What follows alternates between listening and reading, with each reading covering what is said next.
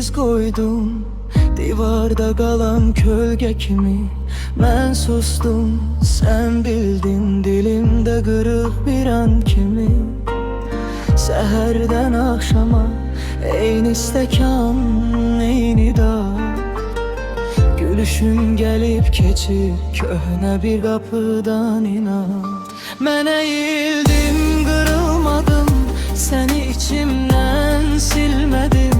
Bağışladım ama yenə o günü dəfn etmədim.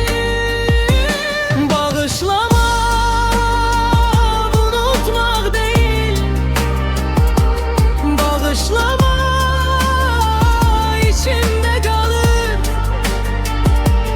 Bağışlamaq səni azad etmək, bağışlamaq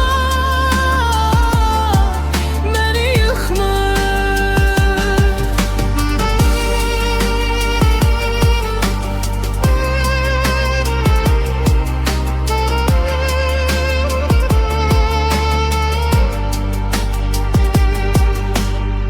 Köhnə məktub çəkməcədə quru yarpaq kimi yatır.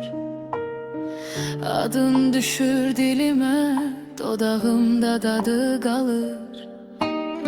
Mənə dedin keçər zamanda hər şey yamayar.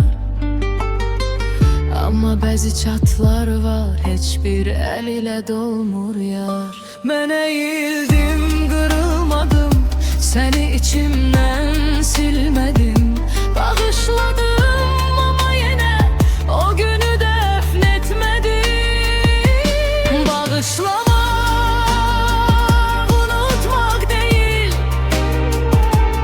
bağışlamaq içimdə qalır. Bağışlamaq səni azad etmək, bağışlamaq məni yıxmır. İndi bilirəm hər yara iz deyil, bəzən izlər də yolumu dəyişir.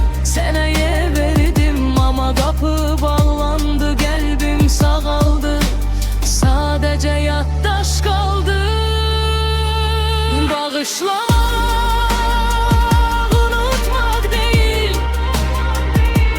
bağışlamaq içimdə qalır. Bağışlamaq